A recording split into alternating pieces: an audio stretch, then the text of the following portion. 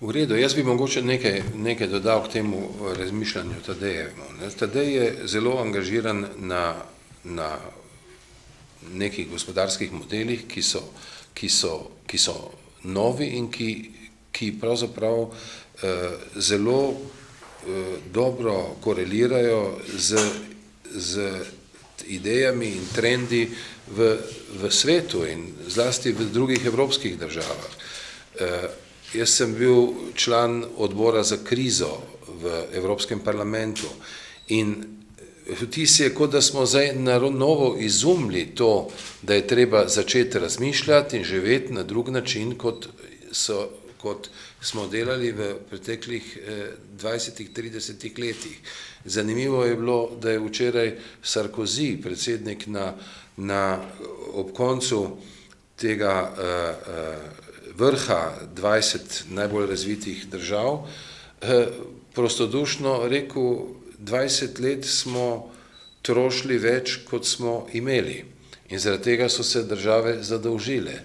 V sklepih Komisije za krizo Evropskega parlamenta je poudarjen ravno ta del gospodarstva, samooskrba, alternativni viri energije, ekološko pridelovanje hrane, zdrava hrana in tako naprej.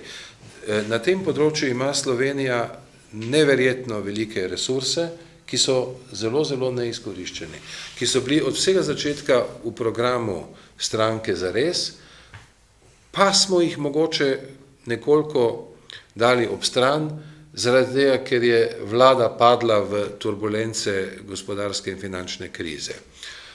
Mislim, da je treba zagotoviti to, da se ravno te vrste gospodarstvo in razmišljanje o gospodarstvu nadaljuje in to je tisto, kar daje težo idejam, ki jih je razgrnil Tadej.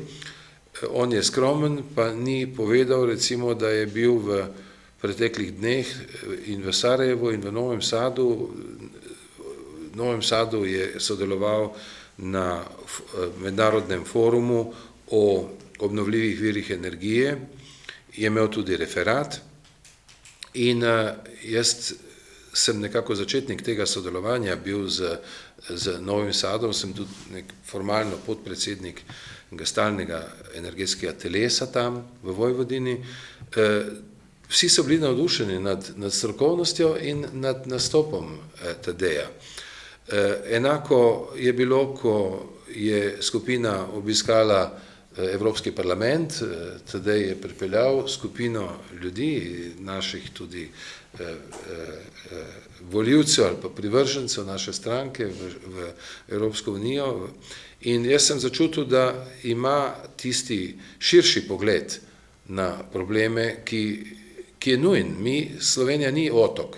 Mi smo samo del tega, kar se dogaja okoli in zato je vsak politik, posebej mlajše generacije, ki razume svet in se odziva na tisto, kar nam svet sporoča, izredno pomemben v slovenski politiki. Slovensko politiko je treba obnoviti natančno s takšnimi ljudmi, kot je Tadej.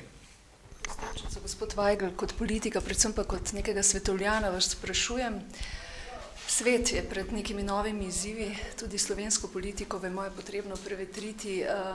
Kje vidite v tovrstnih prizadevanjih kandidata Tadeja Slapnika? Jaz vidim Tadeja kot modernega, odločnega, načelnega politika mlajše generacije, ki se ne boji odpirati kritične teme. On je tudi v Državnem zboru nekajkrat povzročil valove, ko je z dovolj ostrine, ampak z trdnimi argumenti odprl nekatere vprašanja etike v slovenski politiki. In mislim, da takšnih politikov nam manjka. Tu ne gre za neko prazno retoriko ali pa ostrino, ki je sama sebi namen. Tadej ve, kaj hoče v politiki. Midva sva se spoznala takrat v predvolilni kampanji, ko sva bila pravzaprav konkurenta. In je Tadej takrat bil po svojem rezultatu najbližji rezultatu, ki sem ga dosegel jaz. In takoj sem vedel, da ko sem se sam odločil, da grem v Evropski parlament in bil tja tudi izvoljen, sem vedel, da so stvari v pravih rokah, ko je Tadej nasledil moj mandat. In sem ves čas pravzaprav spremljal to, kaj dela, in on je znal delati lokalno in razmišljati globalno. Znal je delati tiste stvari, ki so v dobro kraju in ljudem, ki so ga izvolili, in znal je razmišljati hkrati in delovati na nekih širših temah, vključno z nekimi področji, s katerimi se malo politikov ukvarja, to je razvojna pomoč, to je sočutje do tistih, ki jim gre slabo. Navezali smo stike z jordansko hašemitsko dobrodelno ustanovo, zato da delamo projekte, ki bodo koristili Palestincem. In skratka, pokazati nek interes ne samo za svoj hišni prag, ampak razumevanje za to, da smo del nekega širšega sveta, neke širše skupnosti in da mora, zlasti majhna država, mora znati tako dihati. V primeru izvolitve, kaj so tista temeljna izhodišča, na katerih boste gradili svoja prizadevanja, predvsem v lokalnem smislu? V lokalnem smislu zagotovo z velikim pričakovanjem je vendarle zopet vezano na nacionalni nivo sprejeti nacionalno strategijo razvoja socialnega podjetništva, ki bo zelo pomembno vplivala na številne iniciative nastajajočih socialnih podjetij v Dravinjski dolini. Zagotovo na tem področju imam namen biti zelo aktiven. V prihodnjih mesecih ustanavljamo namreč tudi Slovenski forum socialnega podjetništva, katerega zastopnik iz tega lokalnega nivoja sem tudi osebno, tako da tukaj vidim. Jaz bi omenil tukaj stanovanjske kooperative, zagotavljanje dostopnih najemnih stanovanj, predvsem za mlade, tudi v naših občinah. Vidim izziv, že omenjen, delati na podpori države pri prehodu morebiti podjetja Unior v sodobno delavsko kooperativo.